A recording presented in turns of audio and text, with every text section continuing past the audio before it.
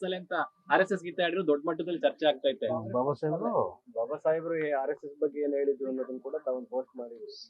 ಅದು ಒಂದು ಪ್ರತ್ಯೇಕವಾದಂತ ಸಿದ್ಧಾಂತ. RSS ಪ್ರತ್ಯೇಕ, ಅದಕ್ಕೆ ಇಡನ್ ಅಜೆಂಡಾ ಇದೆ. ಹಾಗಂದ ತಕ್ಷಣ DK ಶಿವಕುಮಾರ್ RSSಗೆ BJPಗೆ ಹೋಯ್ತಾರೆ ಅಂತ ಅರ್ಥನ?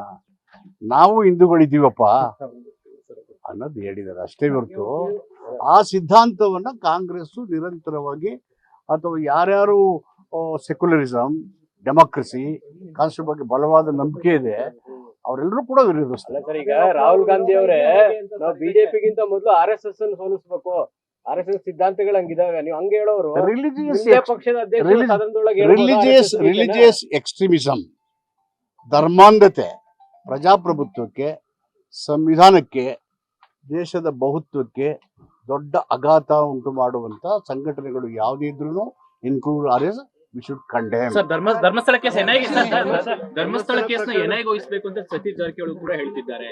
ಒಂದು ಗ್ಯಾಂಗ್ ಇದರಿಂದ ಇದೆ, ಎಡಪಂಥೀಯರ ಚಿಂತನೆಗಳು ಇದರಿಂದ ಇದೆ, ಧರ್ಮಸ್ಥಳಕ್ಕೆ ಅಪಮಾನ ಮಾಡ್ತಿದ್ದಾರೆ ಅನ್ನುವಂಥದ್ದು. ಹಾಗಾಗಿ NI ತನಿಖೆಗೆ ಬೇಕು ಅಂತ ಸತೀಶ್ ಜಾರಕಿಹೊಳಿ ಹೇಳ್ತಾರೆ. ನಿಮ್ಮ ಅಭಿಪ್ರಾಯ? ಬಸವಣ್ಣವರು ನಮ್ಮ ಮಾನ ಅಪಮಾನ ನಿಮ್ಮದೇ ಅಂತ ಹೇಳಿದಾರಲ್ಲ ಬಸವಣ್ಣವರು, ಅದನ್ನೆಲ್ಲ ಪರಿಮಾಣಕ್ಕೆ SIT ಮಾಡಿದ್ದಾರೆ. ಇದರಲ್ಲಿ ಏನೇನಿದೆ ಎಲ್ಲ ಹೊರಗಡೆ ಬರುತ್ತೆ.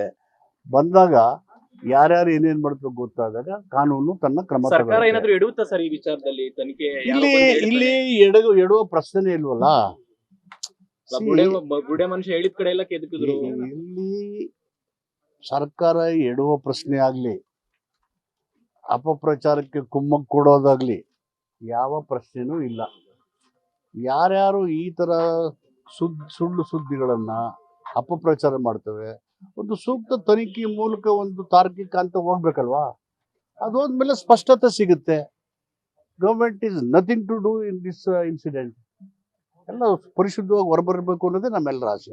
ಕೃಷಿ ಉದ್ಯೋಗಾಕಾಂಕ್ಷಿಗಳೆಲ್ಲ ಅದೇ ನಮ್ಮ ವಿದ್ಯಾರ್ಥಿಗಳು ಈಗ ಮೊನ್ನೆ ತಾನೇ ಒಳ ಮೀಸಲಾತಿ ಆಗಿದೆ, ಅವ್ರಿಗೆ ಪರೀಕ್ಷೆ ಕಂಡಕ್ಟ್ ಮಾಡಿದ್ದಾರೆ.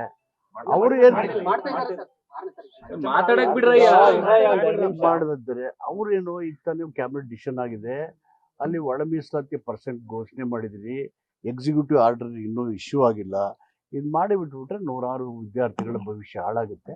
ಅದಕ್ಕೆ ಅದನ್ನ ಸ್ಥಗಿತಗೊಳಿಸಿ ಅಂತ ಹೇಳಿದ್ದಾರೆ.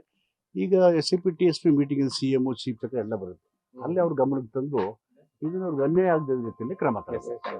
ಲೇಟೆಸ್ಟ್ ಹಾಗೂ ಇಂಟ್ರೆಸ್ಟಿಂಗ್ ಸುದ್ದಿಗಳಿಗಾಗಿ ಬಾಸ್ ಟಿವಿ ಕನ್ನಡ ಚಾನೆಲ್ನ ಸಬ್ಸ್ಕ್ರೈಬ್ ಮಾಡಿ, ಹಾಗೆಯೇ ಬೆಲ್ ಐಕಾನ್ ಪ್ರೆಸ್ ಮಾಡಿ.